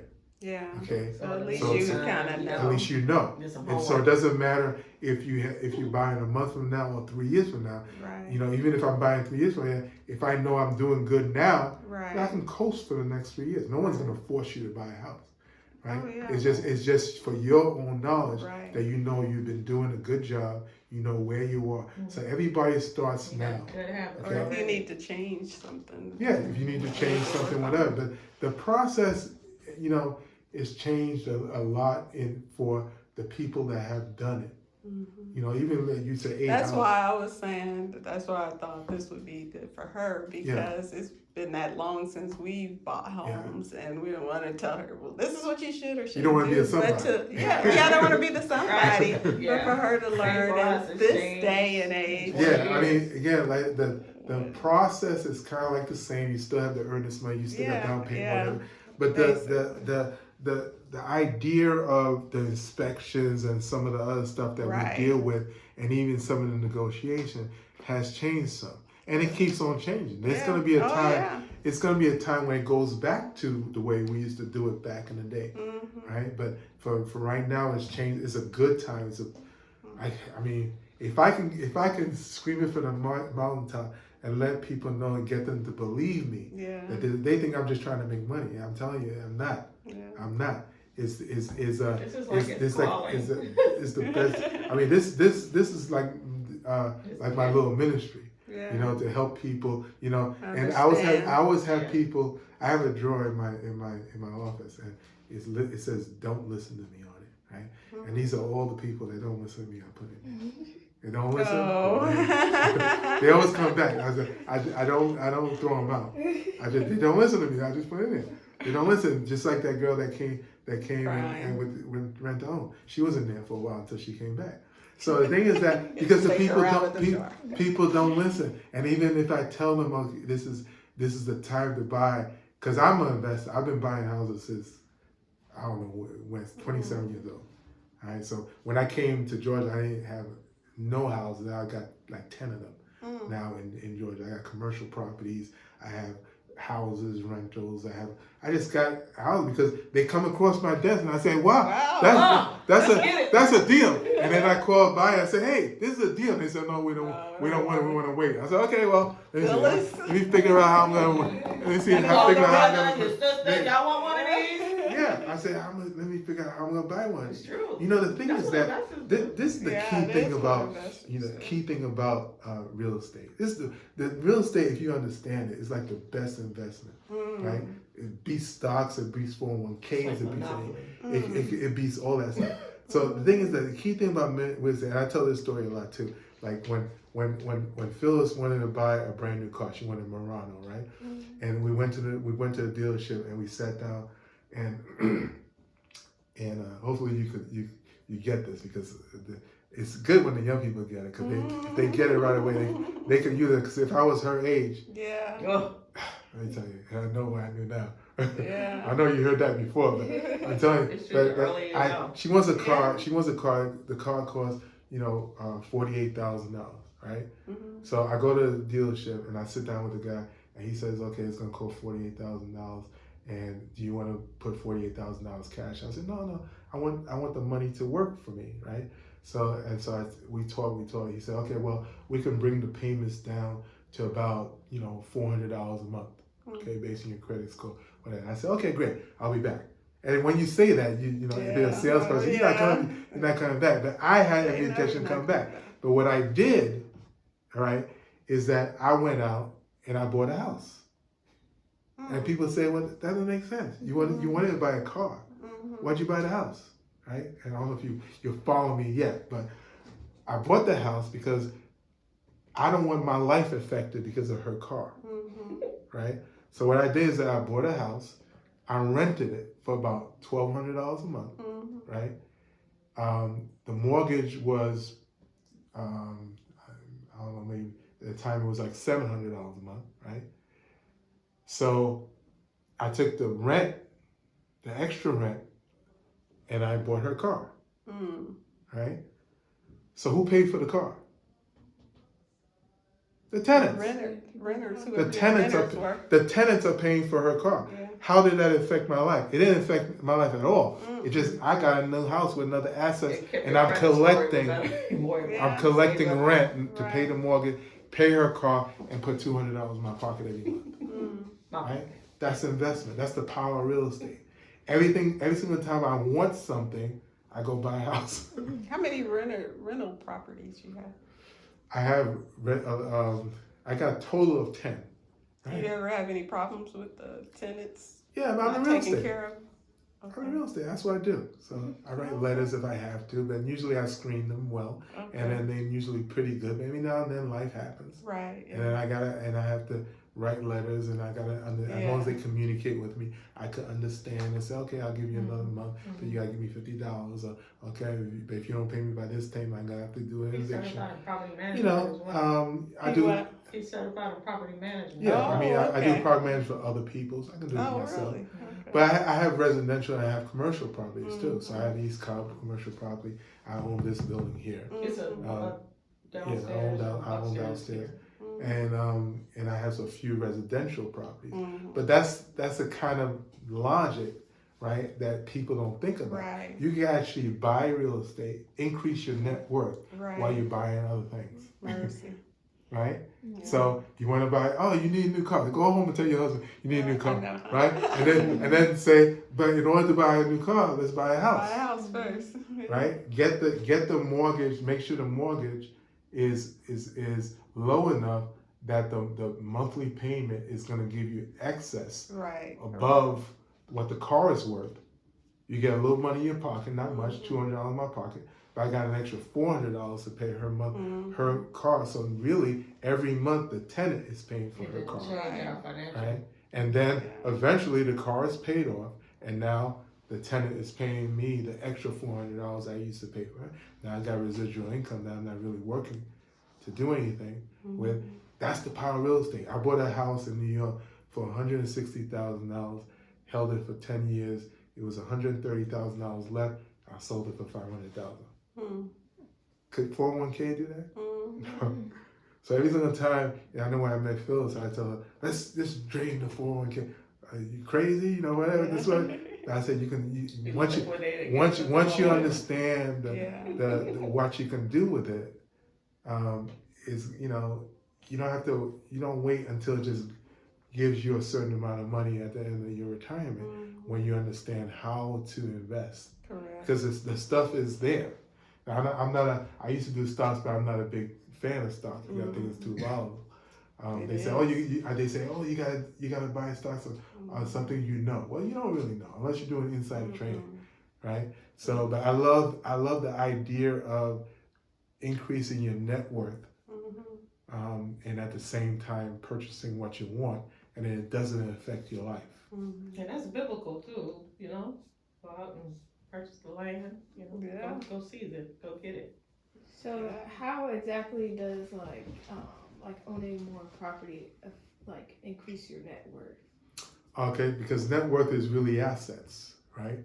So if you own a property that's, let's say, $500,000, right, and it's paid off, you have a $500,000 of an asset. So every property that you have, if you have, let's say, 100 or 210,000 K, you got a 500,000 K, you got a 250 K, and another 300 K. All those are assets, right? So if you got 200, 500, 250, 300K, and they all paid off, that's great. But even if they're not paid off, if this one is paid off 100, this one's paid off 200, this one's paid off 50,000, this one is 100,000. this is everything up to 100 to 200. That's your equity, right? That's your cash value. That's what you can get out of the house. So this is $110,000 for this house alone. So if what this means is that you can go to the bank and say, I want $110,000 in cash, right? And borrow against that. Okay, same thing for this. It's like your own savings. Yeah, it's like, so the more assets you have, your net worth increases, your value increases, because the less you owe on that, the more assets you have. I mean, the more net worth you have, it means that even if it's not money like this, you're worth $1 million, which means that if at any given time, if you say, sell all my properties, you get $1 million in cash. See, a lot of times they think millionaires are only people that have $1 million in the bank. Yeah. There's different types of millionaires. There are asset millionaires too, in which you own $3 million worth of property, right? Some people own it outright. And when you have that, you can borrow against it and hold one as collateral. I know when I bought the building in East Cobb, I used this building as collateral. So they were able to give me the money to purchase that because I used this building as collateral, because this building was worth like $250,000 at the time, and it was paid off. So basically I had $250,000 that in an asset that they say, okay, you're worth $250,000, we can loan you up to this so you can buy this building. So, I mean, asset millionaires is something too. I mean, I joke about this also. I say, if people look at my bank account, they'll think I'm poor, right? Because I don't like money sitting in the bank. Yeah. I tell folks all the time, I don't like money sitting in the bank because I don't get nothing from it. Right. So as soon as I accumulate anything significant, I buy something. I buy something that's gonna give me money in the long run, because sitting in the bank means nothing. You get 0.001% or something like that. I mean, what are you gonna do with that? But if I get up to like if $150,000, I say, okay, why is that sitting in the bank? Okay, what can I buy for $150,000? And I'll buy something that's gonna increase my net worth, because once that $150,000 is just $150,000. But once I buy the asset of $150,000, and in 5 years it's worth $250,000, my net worth has increased. If it's sat in the bank, it would never have increased. It would just have sat there. So I don't like money sitting in the bank. But I know that I'm liquid enough that if an emergency came up, I can find the money, right? But if the money is just sitting in the bank, sometimes people are so proud that they saved up $100 and something $1,000, $50,000, $200,000. And I said, okay, what are you doing with that? Oh, it's sitting in the bank. Sitting in the bank for what? You got to make it work for you.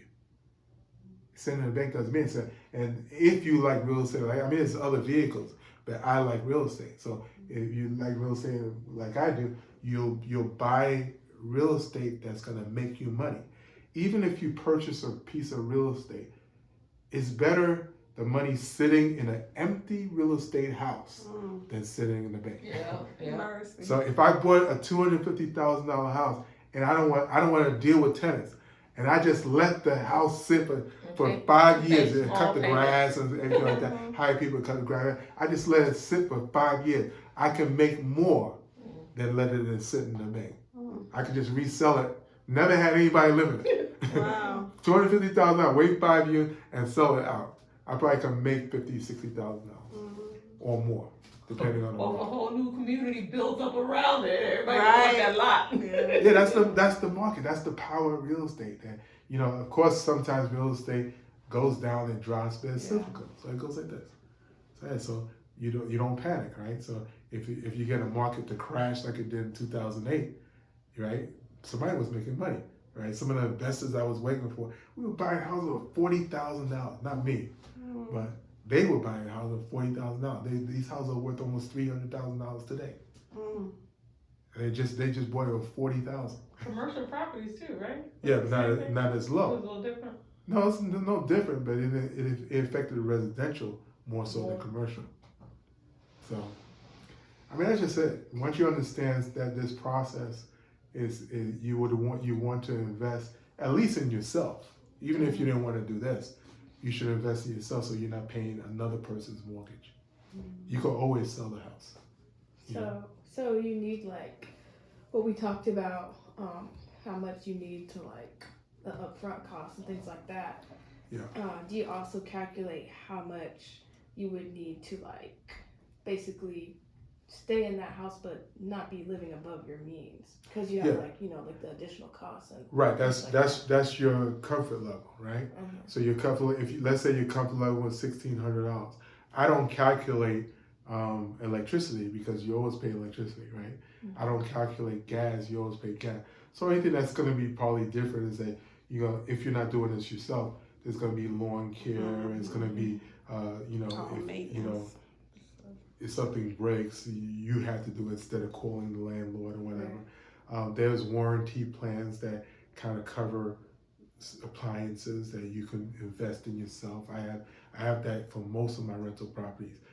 It's like $1,000 property I plan, but is if the refrigerator stops working, I call the warranty company and they come. Which warranty company you use? I like Old Republic. Oh, okay. They have different ones. American Home Shield. They're the worst. They have Choice. Yeah, that's who I think. I don't like Choice. Now. I don't know if we have Choice or we have something. I don't like Choice. The reason I had Choice. But, okay. But the reason why I don't like Choice is because they don't replace easily.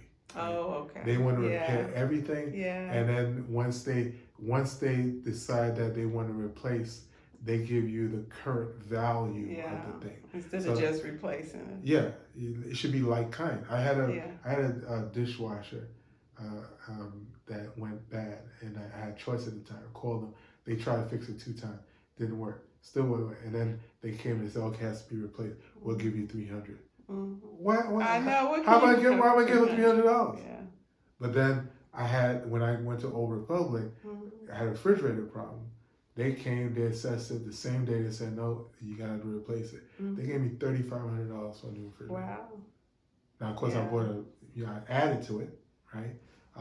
Because I said, well, if I'm gonna get $3,500, I might as well get something that's really, really good. So I added maybe $1,000 to it, and I got a very nice refrigerator. Yeah. That's what Old Republic does. Yeah. So I like Old Republic better than I do Choice. Now, are they gonna change? Who knows? But right now, they're good. Yeah. Right. So, but those are things you can do when you purchase a home. You don't necessarily have to go in, with doom and gloom. Oh, I'm gonna have a house where everything is on my shoulders. And it's actually good. You just learn how to manage your money to take care of things that you know is going to happen or know that usually happens.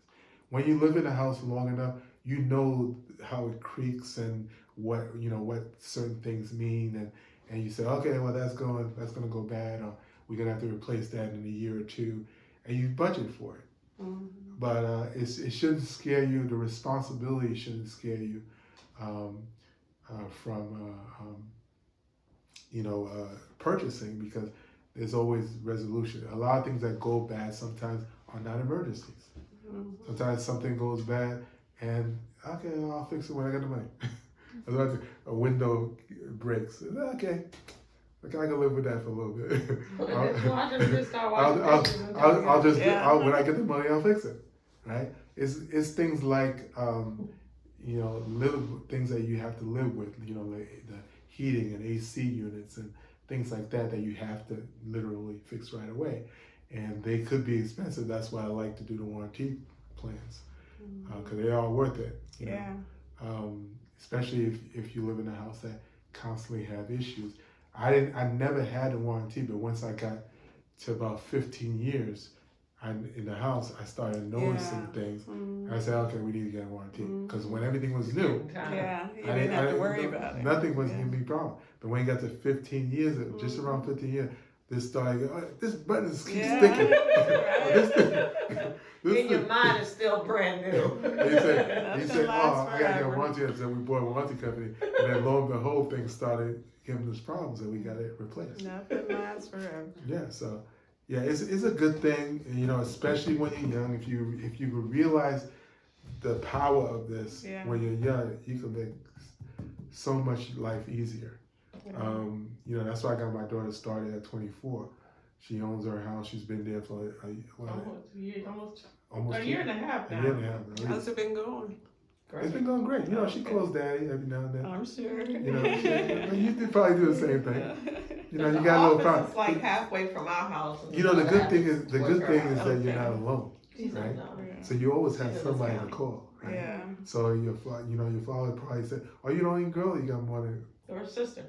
huh? Her twin sister. Oh, your twin sister, right?" So I say that you know, because especially if you were the only girl, but even with twin sister, I got 2 girls myself. But you know, when Deanna calls me, it's like, okay, I'm there. So it's good, actually good when you start to learn this process when you're young, because you always got somebody to call. My father's 90. He's in Indiana. We still sometimes like, Daddy. Yeah. Which is good, yeah, because they usually guys Yeah. that are handy or kind Yeah, of figure out stuff over the time. Yeah, when you know my daughter said, "Oh, I don't like this chandelier." Okay, It's I'll old. It's and I'll old go over there and looking. change it. And she said, "Oh, this needs to be painted." Okay, I'll go in and check. I wanted to save money. And then, oh, this thing is not working. Okay, I'll be over. You know, Yeah. it's you know. You have her watch and see. And then you learn. Right. You learn. You learn how to do things. So Right. you got to follow the you know people that's working in your house. You follow them. You see what they do, what they're wrong, doing. what they're doing, and you learn how to do it. It's an exciting time. Home ownership is exciting. Like your own little It could be baby. scary, but it's an exciting time. But the thing is that, you know, you can always get rid of what you have if your life changes.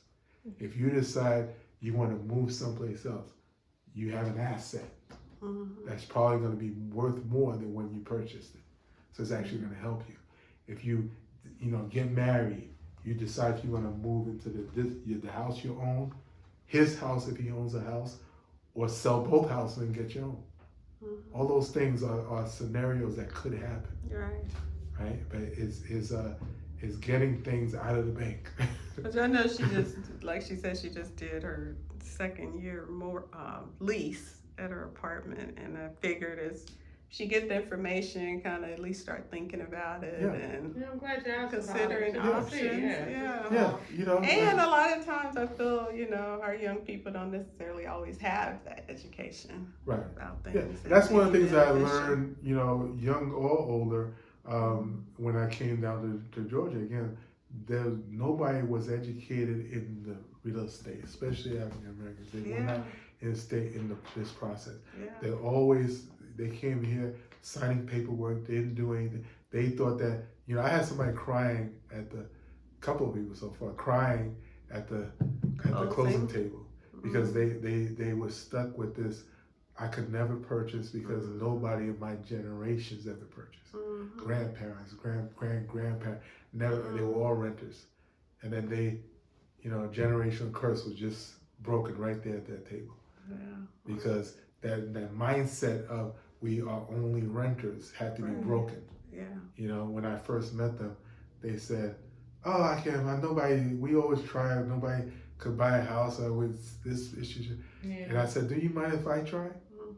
And that's how I got her and her family to try. And then she thought it was going to take her 3 years. It took her 3 months. Wow. So it's just that you just didn't know. Yeah. You didn't know. And once you know, it's up to you if you're going to use that knowledge or you're going to put it away somewhere. Yeah. Right? And those people that put it away, they go in my drawer. Into the jar. It's on them, man. It's on them, which is fine, But we appreciate you coming out. And I know you said her lease had just started. And I said, well, it's still a good time to come and talk. Because just like what what he's she wanna do saying. when it's time comes up again, and which way she want to go with it. Right, but don't wait until it comes up again. Right. I think you need to start now. now. And then if you're in the right place, then you can wait until it's close to the lease time. But don't wait until like you got a few weeks left. If you decide, yes, I want, I'm in the right place, I just filled that application, they look at my report, I'm in the right place, and you say, okay, I want to do it, then I would say within 3 months, you contact us, okay? Because it's gonna take time to get you situated, get you thinking again in the right mindset of where you wanna live and what type of house you want. You may have to go look and feel it for a while, because renting and owning is different. You look at it through different eyes. Just like even a different brain, because you start asking me about, well, what about the other stuff that I may need to pay? Sometimes you don't think about that when you're renting. Yeah. When you're buying, you go into the place and you're looking at the walls differently, because I'm gonna own this, so I gotta make sure that this is.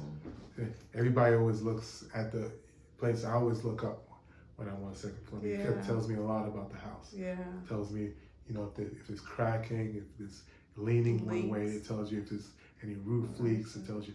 So I always like to look up, and then you look at how it flows. Is it flowing the way you want it to flow? Could you see yourself in the property? And to what you were saying, you start now, and starting now is what process? Starting now is doing this. Let me show you how it's gonna look like. It's really just finding where you are. This computer takes a long time to keep up.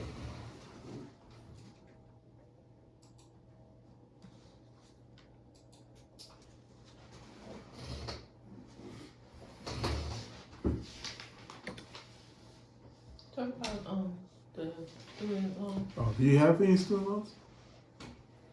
Huh? Do you have any student loans? Okay. Student loans are handled a little bit different when it comes to debt to income ratio.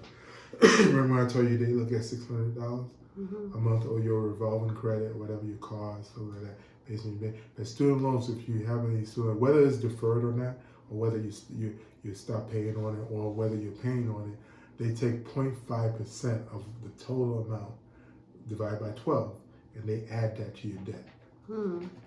So if you owe $90,000, they gotta take 0.05, and maybe that come up to like $12,000, and divide that by 3, and maybe that comes up to like $300, and they'll add the $300 to whatever debt you have. Okay, when they look at qualification. Yeah, I wish they would forgive everybody's student loan. That's. Oh, wouldn't that be nice? Oh yeah. Put yours in.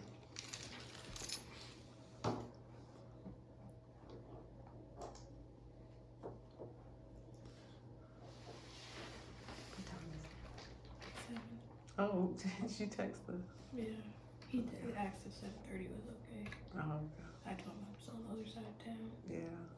How long is it gonna take us to get over You know he's not. there? I know. I know. He'll be there. It's just an FYI that He said perfect. I told him 8. He said he's asleep. Getting over there, in the bed.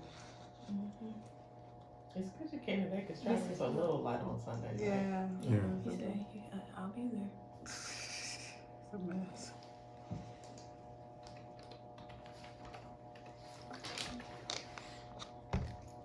Good thing is Bruce would let Trixie out. He said he did. I'm sure he will, if he knows she's in there. Unless she's quiet and don't bark, and then he'll be like, he may not know. I don't think so. It's after 5. She probably barked. Oh, yeah.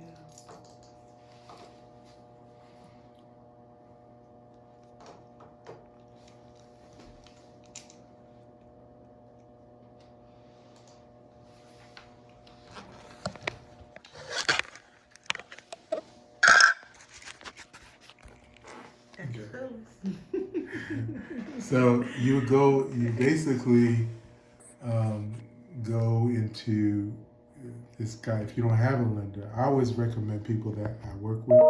I've been working with him for almost 14 years. And the reason why is because when something goes wrong, and sometimes they do, I can just pick up a phone as opposed to when people come to people that they don't even know, they got off the internet, and something goes wrong, I pick up the phone, they don't even know me, and they don't want to help me. So unless you're married to the person and you say, oh, I've been using them for the last 10 years, I always recommend using people that we know, because everything is the same. You know, I always believe everything is the same. But this guy, he holds hands, and I like that aspect. He likes to explain, he likes to educate. So that's why we connected. I have others also, but all you really do is you hit apply now. And it doesn't seem like you have time to do it now, but if you basically, you go and you're gonna be creating your own account. First name, password, you remember your email address and your password, and then it's gonna create a profile, and then you just answer questions. It's gonna say, you know, you wanna rent, you're gonna say primary residence, or you're an investor, primary residence.